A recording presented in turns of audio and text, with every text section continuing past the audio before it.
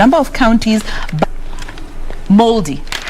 Okay, and these are the implants that are just inserted right under the skin there on your upper arm. So the government is now on the spot for releasing contaminated family planning implants to Kenyan women.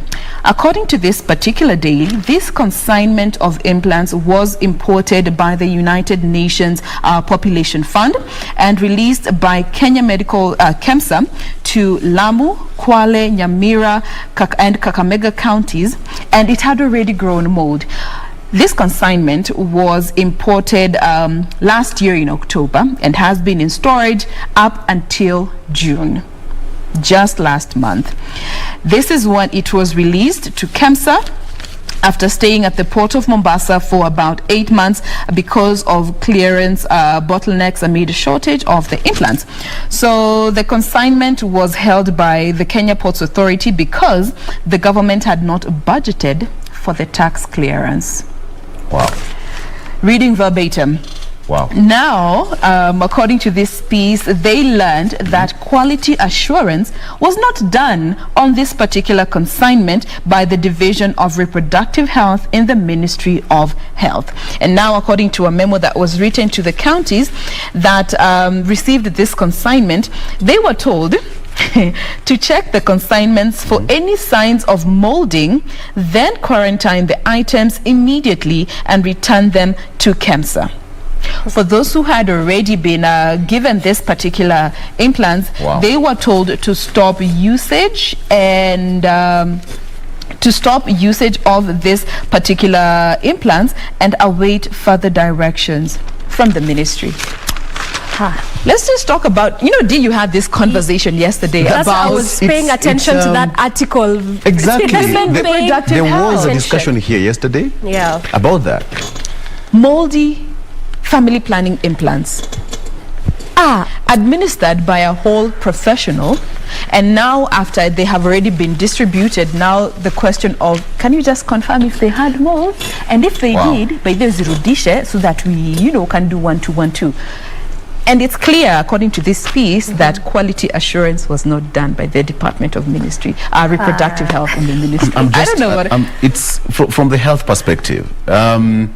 Okay, let me just start by just asking this simple question. From a man's perspective, how is it going to affect, like, for those people who've used it, and how many people have, for those people who say that it may backfire, you're planning to have a kid or two, or you're planning not to have any at all, and there you have it. That is a good point. From medical's point of view, like, who should take the blame? The government, the Ministry of Health, and who else? You've raised a good point and a very pertinent question. Why? Because also, as we were having this conversation yesterday, there's that question of you are in this on this method, then it just the way he's mentioning, it backfires. Perhaps you're not planning to ever have kids, maybe in the next 5 years, then boom, you have. Or maybe you have. Or you're planning to have kids issues after 2 years. Because actually the implant is usually goes for perhaps 3 to 5 years, depending on the one that you pick. On which one you pick. Yes. Then you plan to have kids after 2 years, and then you realize that actually perhaps you are infertile. And you see some ladies, okay, correct me if I'm wrong, some use the contraceptive because of health reasons. Doctors will tell you you have to take a hold because of a reason or two, and then there you are, well, you just have to wake up. This is something that we would love to hear from you guys. What do you think about this particular story concerning contaminated family planning implants that were distributed to people? We will be back to continue sampling your views using the hashtag Good Morning Kenya on Twitter, so do stay with us. We will be right back. Ministry of Health.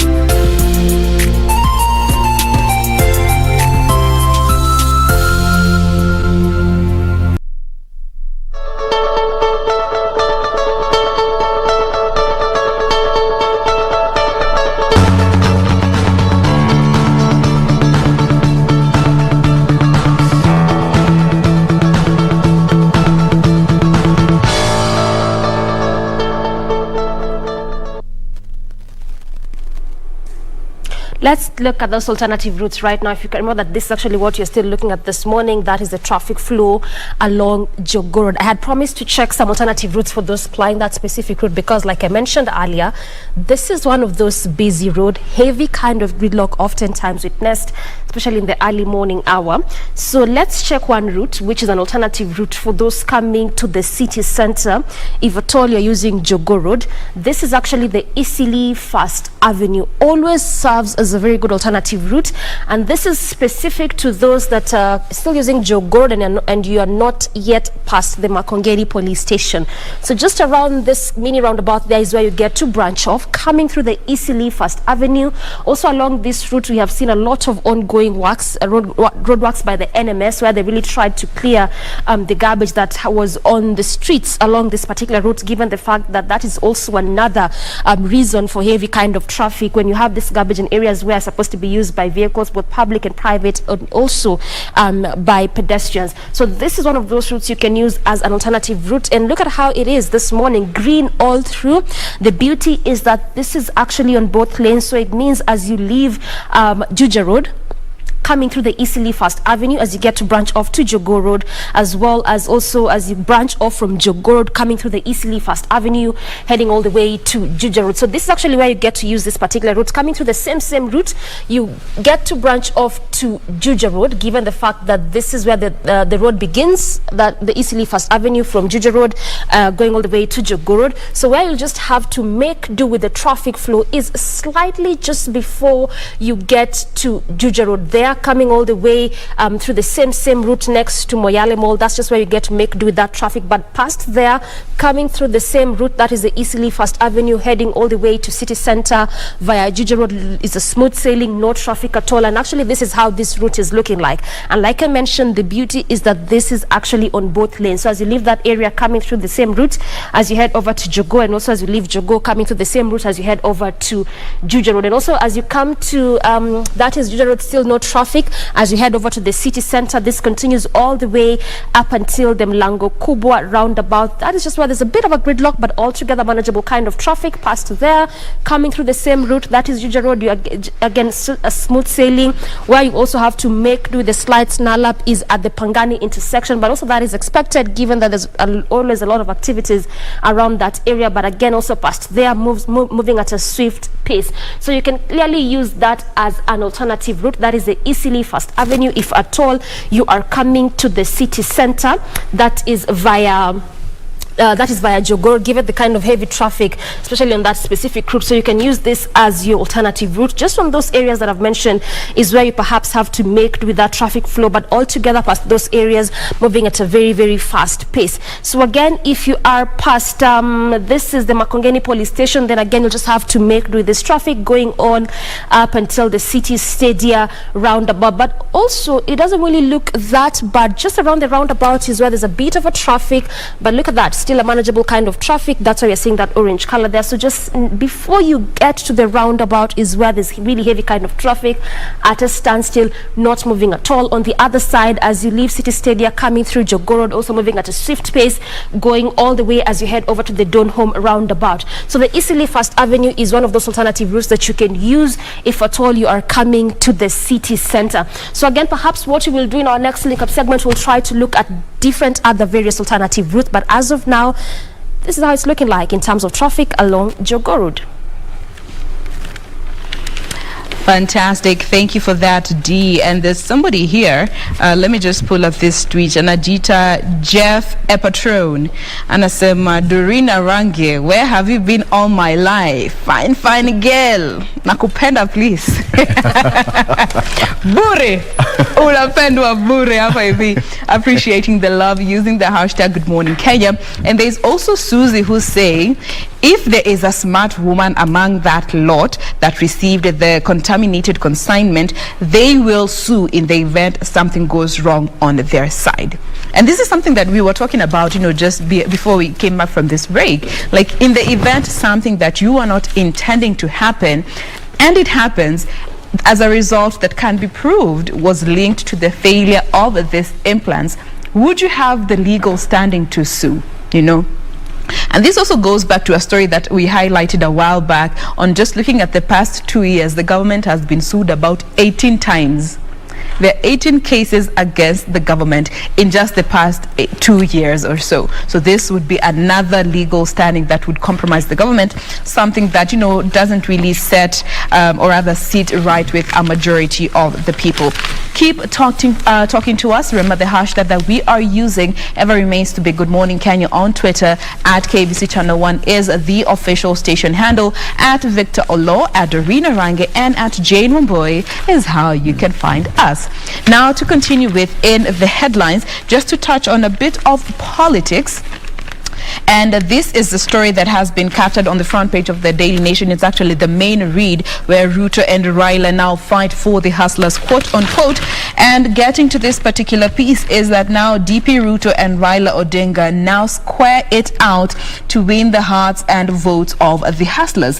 And this is after ODM leader Raila Odinga outlined a raft of pro-poor policies that targeted the hustler campaign that the DP Ruto has been on for the greater part of the year. And allies to the DP now say that Odinga's recent sentiments show that he has bought into the hustler narrative of the bottom-up economic model, as opposed to the bottom economy, hoping that benefits will trickle down to the common mwananchi, something that the allies to the DP are saying hasn't worked, and we need to do something different. Also looking at what was captured in this particular manifesto, the brief that Raila Odinga gave is that he proposed bolstering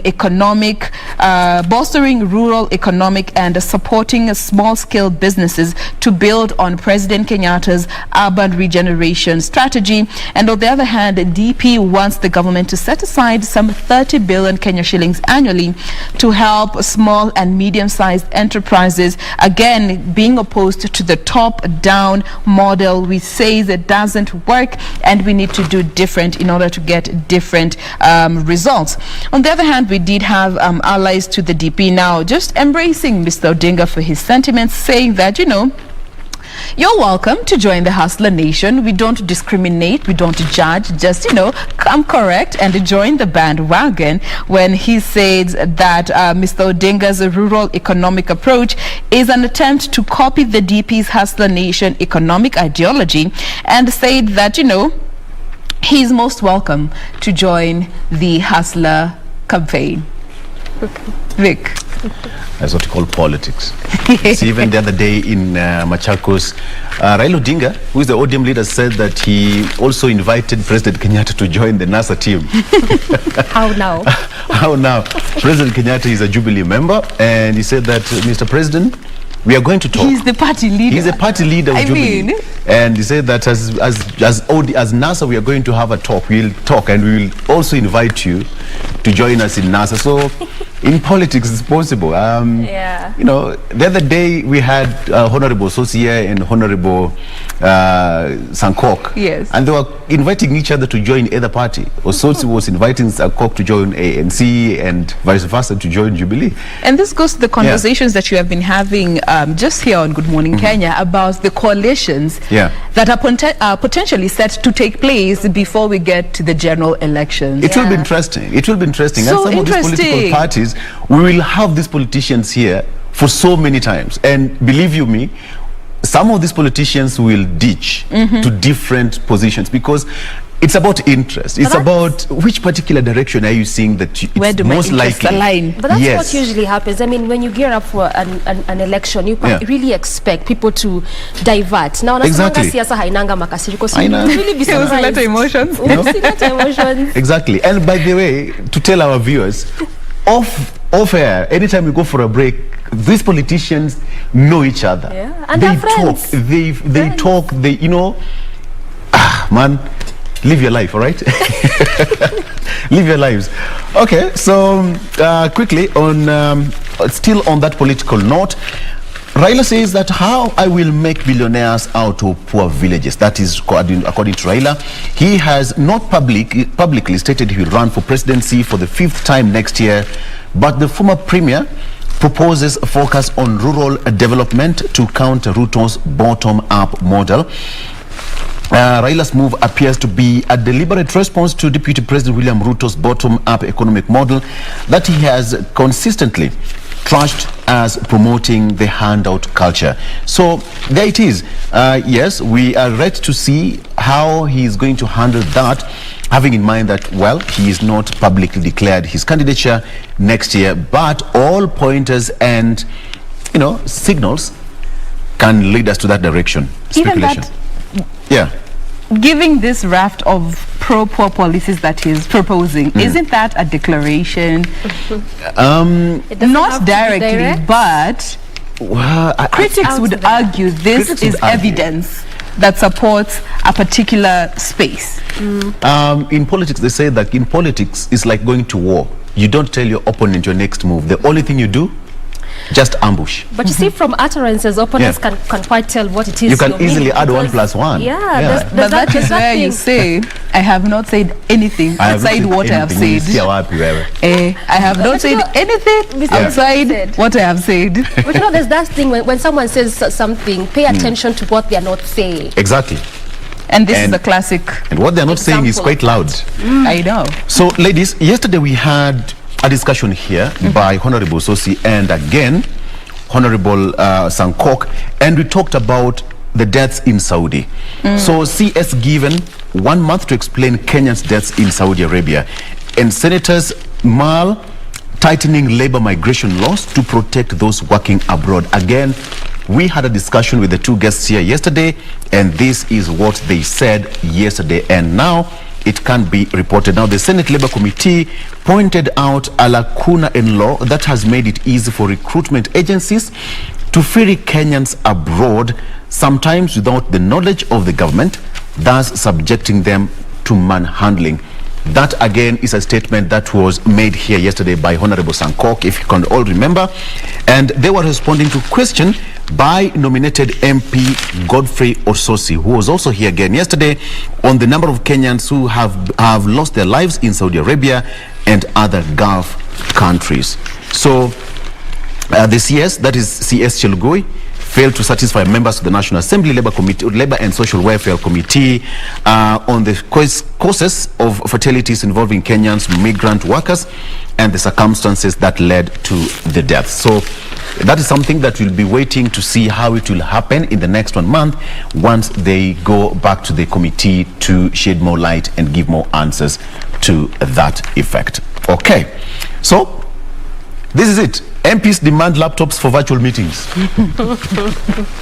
Umecheka nini? Because they're always demanding something. There's just always lawmakers have embarked on a fresh bid to be supplied with laptops for their virtual committee meetings. A select committee of the National Assembly wants management to consider buying laptops for MPs. The Committee on Broadcasting and Library further wants the Assembly leadership to complete an upgrade of the House ICT infrastructure by October. Did the grade ones get the laptops? Yes. As they had been promised? Yes. In 2013? I'm not. Did they? Because MPs are demanding. They're demanding. So let me not say. Okay, we can check. We can, yeah. Let me not say that I'm trying to a devil's advocate. Well, it might go either way, but a scandal might erupt out of that, because somebody will say, you know, a scandal will erupt out of that, and my director says that I'm the devil himself. Do not be the advocate. Be devil yourself. Okay. Let me be the advocate and leave the devil out of this. So, if this thing is not handled properly, as we all know, something will erupt out of it, and questions will be asked. You know, a laptop goes for maybe 18,000 shillings, 24,000 shillings, and you'll see procurement papers flying out. And you know, we are crying that we don't have enough money to fund the budget, and we are looking at how we can cut down costs. And now our members of parliament are asking for laptops, and a good laptop goes for nothing less than 35k. Yes. Like a good laptop for somebody who might be using it for business. And they will come with the specific specs. Yeah, and of course, those are now the demands that are next after this particular proposal. Yeah. So how are they working towards helping our country cut down on costs? And just looking at the back page of the Daily Nation, KRA is now crafting a plan to collect 6.8 trillion in the next 3 years, and more so targeting the informal sector. The taxpayer is going to carry the huge burden, and our members of parliament are just looking at how they can add to the burden. Looking at the deficit, our current budget deficit stands at 953 billion Kenya shillings that we're looking to plug, and the options that stand are domestic and internal borrowing. And in order to cut down on this external and internal borrowing, which of course cannot be cut out entirely but can be reduced, KRA now wants to target the informal sector in the next 3 years, a strategic plan that will be running up until June in 2024, targeting the informal sector. These are people who are not earning as much as the formal sector might be earning, but they create the huge part of the economy. So now KRA says this initiative, they're looking to recruit new taxpayers and introduce new levies over the next 3 years just to be able to raise 6.8 trillion Kenya shillings in the form of tax. Are we really going to be able to sustain? And you know, when it comes to budget, these two small expenses are the biggest problem. And this, just even look at your household budgeting. The small expenses in the long run become huge expenses. Haba na haba hujaza kibaba. So you find these two small expenses are what really cost you the most, as opposed to those big bills. And it's the same thing even with our country's budget. You know, just the other day they got car grants. That's 4 billion that went just like that. Now they want laptops. Guys, that is another how many billion that will go? And these are small expenses here and there, but in the long run, brands, not just a laptop, they accumulate and specific brands and continue contributing to this deficit. I mean, it just brings the question of what is the priority? Because like you're mentioning, these are our leaders, those that were elected to go and represent us. We had the car grants for the MCAs, now it's a laptop for the MPs. If this is people that you are actually elected to go represent you and represent your needs, and this is what they're thinking of, then where does it leave you as a common Kenyan? Who's supposed to take care of your needs as a common mwananchi? But anyway, okay, I guess that's we are the leaders that we elect. Exactly. So again, on that note, Doreen, what do you have? I actually want to come to South Africa, and this is because of what has been happening there since today is Wednesday, since Monday. Yes. In regards to those the looting that has been happening in that particular country. Let me just run you through this particular article very quickly. And this actually, as of now, as it stands, more than 30 people killed in spiraling unrest triggered by jailing of former president, that is Jacob Zuma, who was arrested last week.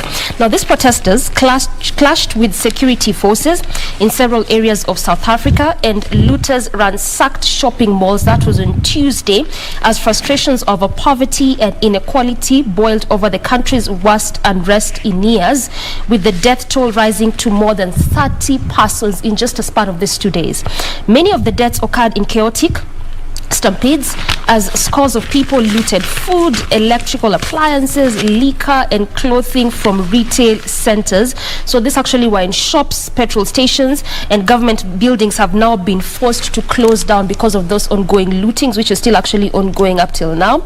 In some areas of the coastal city of Durban, where shops were being looted, there was no police visibility. That is actually an international media which reported about that. And also 757 people had been arrested so far. So in as much as we're talking about 30 people having lost their lives, the article continues to highlight that as it stands, 757 people had been arrested so far. This was actually mentioned by the defense minister in South Africa there. And again, also this comes at a time when Zuma, that is the former president, 79, was sentenced last month for defying a constitutional court order to give evidence at an inquiry investigating high-level corruption during his 9 years in office until 2018. I mean, guys, what do you think about this? Because there was that conversation around how at least Africa as a continent is at least coming out there, because when it comes to corruption cases, this is something that is so prevalent in African countries, and we don't see leaders being accountable. So when you saw what happened in South Africa, at least you are saying, okay, we are sort of moving towards the right direction. But I mean, on the flip side, what is happening right now because just of that arrest? What does it say for us as Africans? Is it that we really want change, but sort of when it comes, we go like, okay? You know, one interesting thing is that that commission of inquiry to deal and to tackle corruption in South Africa was formed by the former President Zuma himself. Yes. So the same committee, the same commission. Poetic justice. Is the one that recommended part of the justice system in South Africa recommended for his 15 months in prison. So it was formed to investigate cases of corruption in South Africa, which was formed under his tenure, and now he's been found to be culpable of corruption. And now guys are just gone berserk. And you see, they say that the rate of unemployment in South Africa is so high, and the rate of crime in that particular country is also wanting. So high level of inequality. Exactly. Yes. So, you know, the fight against the whites and the blacks is still not yet resolved from apartheid era until now. The blacks in South Africa feel that the whites in that country are still oppressing them. It's still, you know, it's still a war between the blacks and the whites in that particular country. So when Zuma and former President Zuma and his people now decided to go on the streets, it was all chaos. It's chaotic. Now, allow me to just bring in a different aspect into all this. Let's just look at Zuma in his former capacity as the president. They say we are progressing as a continent. But when you look at the western side of the divide, as long as you are a former head of state, you have immunity. Let's bring it back here home in Africa. Put it more into context. I don't know if it was you, we were having this conversation with Vic a while back. Even just looking at second-term governors, once they leave office, what is the protocol of exiting their offices? Once a president leaves office, what is the protocol of exiting office? Looking at a president, this is somebody who holds state secrets. And that's why I think even in the States, in the Western countries, they are given immunity once you leave office. But now coming to Africa, given what Zuma is going through, he is a former head of state. Of course, there's so much that is going to be blamed on him. So is it time that we also look at our leaders in their capacity, depending on the office that they're holding, after they leave that office, what's next for them? Are they just left to go home and retire while carrying all these state secrets? But I think, Jen, it's, you know, it's with Africa, you know, in the West, they have got laws. For example, America is hundreds of years ahead of us. And they still see, for example, a country like Kenya, that we are only 56 years old since independence. But a president is still a president here as much as a president there. The president is enjoying the absolute immunity while still in power. But then now, if you leave it open that you'll still enjoy that immunity and absolute immunity even after power, you can imagine how many presidents in Africa would be abusing power left, right and center, you know, executing people, looting and just draining their countries. And then they run away with it because they know that during and after my tenure, I'm still enjoying the immunity. So we're just not ready for such as a continent? It goes back to integrity. If you are elected to serve the people, serve your term diligently, and ask God to guide you, then go home. And I think that's the point. I like that, ask for guidance from God. That's the point. Because you see, as an African continent, all these points you're raising actually make a lot of sense. But as an African continent, are we really ready for that? Because when you look at how Africa is set up, and even African leaders, if you continue to provide that kind of immunity for African leaders, but it's just immunity against legal procedures. But nonetheless, that brings us to a close of this particular segment. This is In the Headlines. We just have a quick look at what the papers have for us this morning. But of course, we have so much more lined up for you. Fantastic discussions coming up. We have the up next. That is coming up next, so do stay with us. The hashtag still remains to be Good Morning Kenya.